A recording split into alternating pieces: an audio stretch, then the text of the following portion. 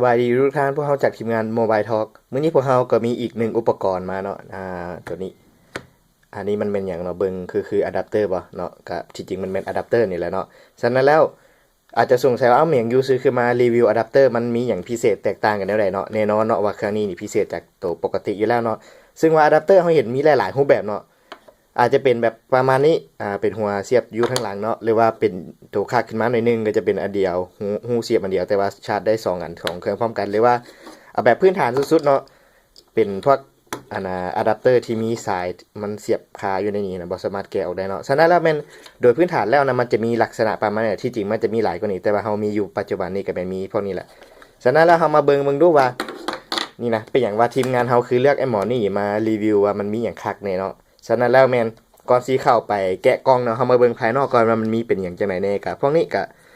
อันนี้ก็เป็นชื่อยี่ห้อมันเนาะแล้วก็ตัวนี้ก็จะเป็นเขียนใส่ว่า USB Turbo Charger แปลว่าหยัง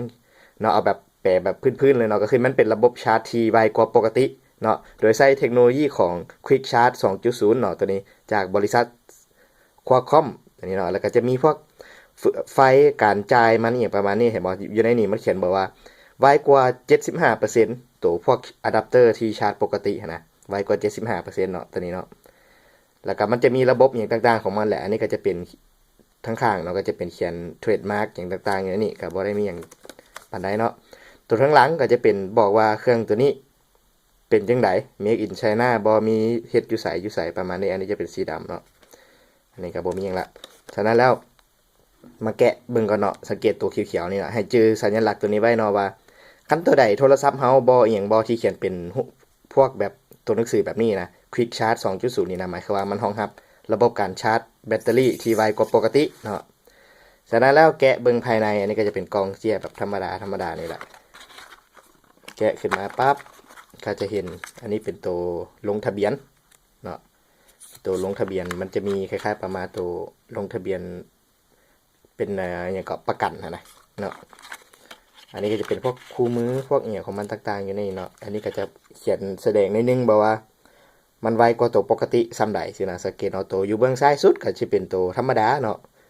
แล้วตัวเบื้องขวาสุดนี่เป็นตัวที่ของเฮาถืออยู่นี่แหละมันจะไวกว่าหลายเนาะแกะขึ้นมาก็จะมีอะแดปเตอร์บ่ได้มีอย่างมันจะใหญ่เลยอย่างนี้นี่มันจะใหญ่กว่าปกติหลายเนาะสังเกตตัวนี้ก็เป็นสัญลักษณ์ Qualcomm Quick Charge 2.0 นี่แหละมันประมาณเป็นรูปเห็นบ่รูปคือสายฟ้าอย่างประมาณนี้นะอันนี้ก็จะเป็นชื่อยี่ห้อมันเนาะก้นมันอันนี้จะเป็นสีจะต่างเลยในปกติเฮานี่จะเป็นสีขาวบ่หรือว่าเป็นสีดำที่เนาะนี่แต่ไอ้หมอนี่เป็นสีแตกต่างเนาะนี่แกเบิ่งข้างในนี่ดู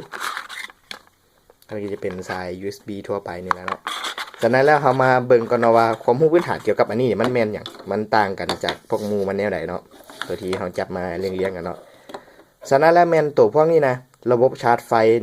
แบบไวผิดปกตินี่นะแม่นมันจะซัพพอร์ตเฉพาะโทรศัพท์รุ่นที่รองรับเกี่ยวกับเทคโนโลยีของตัวนี้ส่วนหลายจะเป็นพวก CPU ของ Snapdragon ออกมาจะรองรับอยู่แล้วเดี๋ยวเฮาสิเอารายชื่อให้